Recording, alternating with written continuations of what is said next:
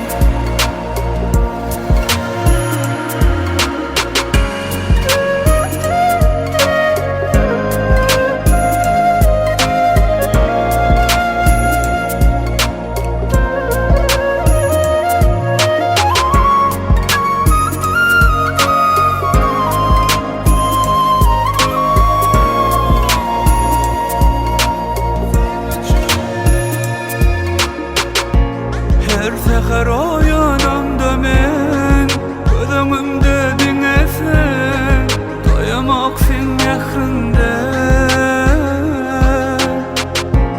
bir gayrı bedenle bir yürek ömrüme dinesen gerek biz bir eve belet demalan sen benim kovam var onem sensiz olmayan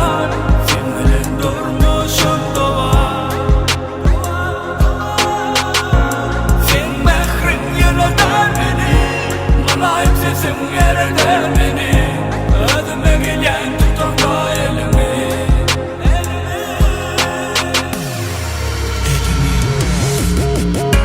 yaşayan sen benim için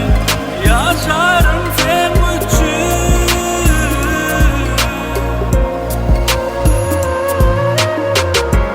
yaşayan sen benim için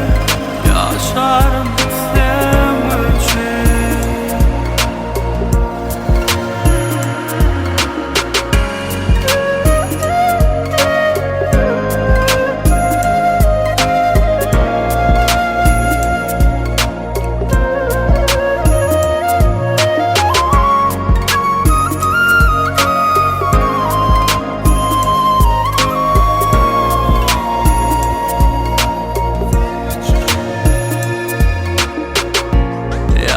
yaşarsın gel yer yine havadan sen yıllar anımda başını evnime koyamda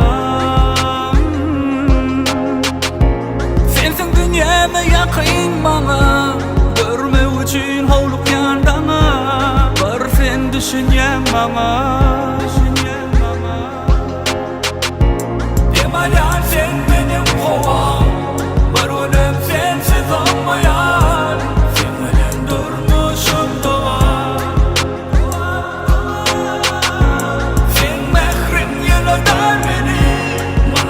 sesim yerden beni ödüme gelen tutan da elimi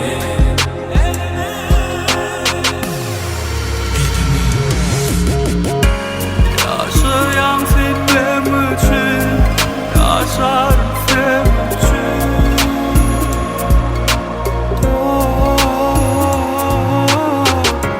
yaşayan sen benim için yaşarım sen